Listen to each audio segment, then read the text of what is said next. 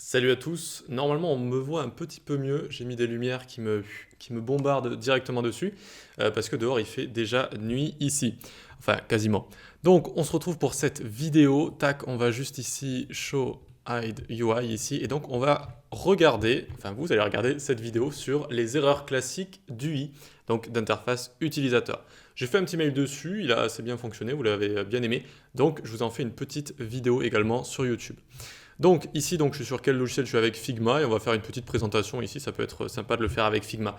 J'ai sorti aussi un cours sur Figma aujourd'hui, enfin il s'est fait accepter aujourd'hui sur toutes les plateformes et vous pouvez y avoir accès avec le super pack, avec tous mes cours, absolument tous mes cours sur l'école du web.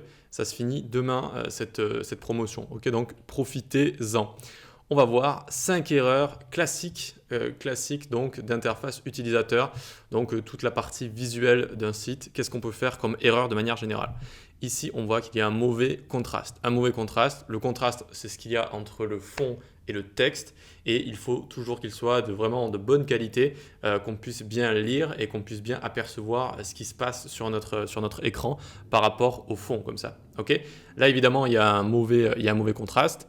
Tout ce qui est jaune fluo, tout ce qui est couleur fluo, tout ce qui est bleu, etc., violet fluo, etc., il faut éviter ce genre de couleur. Comment arriver à résoudre ce problème? C'est très facile, vous tapez contrast checker par exemple, ou voilà, et vous avez des milliers de sites qui font absolument tous la même chose. Voilà, je les ouvre tous, regardez. Vous allez juste mettre la couleur du foreground, donc du devant et du background du derrière, et il va vous donner comme ça une note.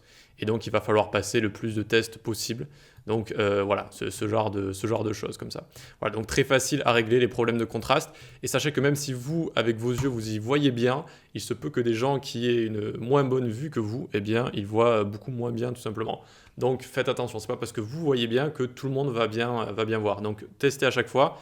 Les outils sur internet comme ça, eux vont vous dire si c'est bien contrasté ou pas. Vos yeux, ils vont vous mentir.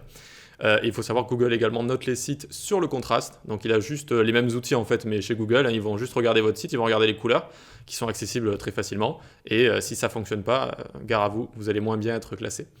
Ensuite, la typographie. La typographie, il faut essayer d'avoir plusieurs polices d'écriture, deux en général.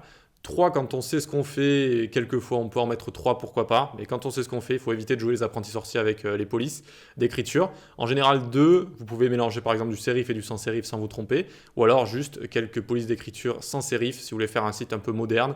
En général, c'est beaucoup de sites actuellement utilisent du font pairing, c'est-à-dire des paires de polices d'écriture, et ils utilisent deux polices sans sérif pour faire un petit effet moderne comme ça. Mais sans sérif, c'est aussi très facile pour lier comme ça des polices d'écriture. Sinon, qu'est-ce qui se passe? Là, ça va, on a juste un texte par exemple, mais déjà, il y a un petit truc qui ne va pas. Quand on voit un site complet avec tout le temps la même écriture absolument partout, et qui plus est, quand on ne joue pas avec le gras, quand on ne joue pas avec l'italique, l'espace entre les lettres, la hauteur de ligne, etc., on se dit qu'il y a quelque chose qui ne va pas. Il y a comme un oubli, comme un manquement en fait, on se dit c'est bizarre, c'est bizarre. Je lui fais moins confiance en ce site par exemple. Ok. Ensuite, les photos, il faut essayer de choisir des bonnes photos. Par exemple, j'ai un site, imaginons, où je propose un outil sur le travail pour mieux travailler, etc.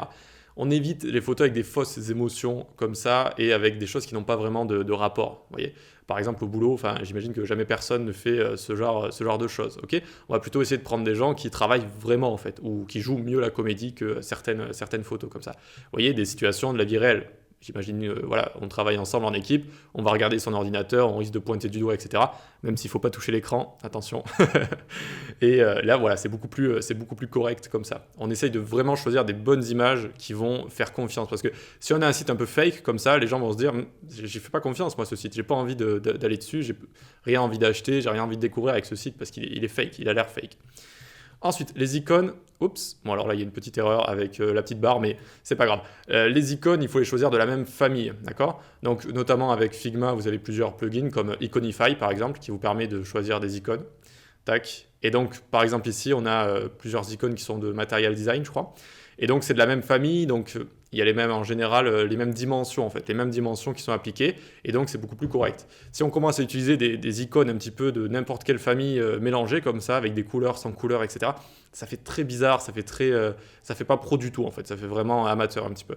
Donc essayez de choisir soit d'une même famille, soit repérer un petit peu ce qui fait vos icônes, d'accord? Donc est-ce qu'elles sont épaisses, est-ce qu'elles sont petites, est-ce qu'elles sont ce genre de choses, est-ce qu'elles sont élaborées, est-ce qu'elles ont des vraies couleurs, et essayez de rester dans le thème à chaque fois, rester dans le thème de vos icônes. Et pour terminer, les CTA, Call to Action. Donc ça, en général, un Call to Action, c'est un appel à l'action. C'est quand on a envie de faire quelque chose, de faire quelque chose à notre utilisateur, d'acheter quelque chose, de regarder quelque chose, de créer, de supprimer, enfin plein de choses comme ça peut être plein de choses. Et donc, il faut bien le placer. Ici, par exemple, c'est très mal placé. Notre fabuleux produit, alors là, c'est notre super produit, super. Moi, normalement, je clique sur le bouton rouge ou alors le bouton avec une couleur de contraste, une couleur vive pour acheter, pour voilà, voir ce genre de choses. En savoir plus, en général, on aurait pu le mettre dans une couleur plus neutre, une couleur beaucoup moins criarde que du rouge comme ça. Normalement, c'est le rouge qui aurait dû être en... le rouge, c'est acheter ici, qui aurait dû être en rouge directement, ok? En rouge ou alors en bleu vif, enfin ce genre de choses qui va contraster avec notre design global aussi. Voilà. On ne peut pas que se tromper sur la couleur, il y a également la disposition. Par exemple, on aurait pu mettre acheter juste sur un lien ici dans le texte. Ça aurait été aussi une erreur parce que bon, il aurait fallu survoler le lien, enfin ce genre de choses. Donc voilà, essayez de bien placer visuellement de manière cohérente vos CTA et avec évidemment la bonne couleur, le bon design comme ça. Voilà. Nickel, normalement il n'y a pas d'autre chose, si j'ai pas de bêtises, non c'est bon. On a vu les 5 erreurs classiques qu'on peut faire avec nos interfaces utilisateurs, il y en a plein d'autres, il y en a plein d'autres qu'on peut faire, et je referai peut-être d'autres vidéos dessus, mais voilà, c'est tout pour aujourd'hui. Like, partage, abonne-toi, profite de la promo jusqu'à demain soir sur tous mes cours, tu peux les avoir tous d'un coup actuellement, et voilà, like, partage, rejoins-nous sur Discord où on parle de développement web, d'entrepreneuriat, etc. Et tu peux également rejoindre la newsletter. Allez, on se dit à la prochaine, ciao.